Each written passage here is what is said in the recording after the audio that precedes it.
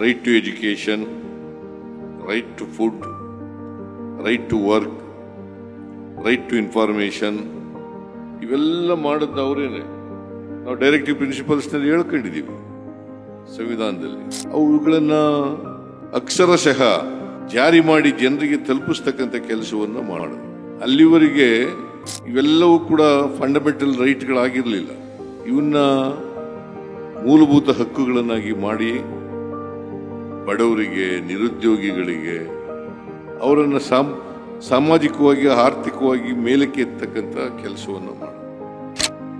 ಒಬ್ಬ ಸುಸಂಸ್ಕೃತ, ಸಜ್ಜನ, ಮಿತಭಾಷಿ ರಾಜಕಾರಣಿಯನ್ನ ಇವತ್ತು ನಾವು ಕಳ್ಕೊಂಡಿದ್ದೇವೆ.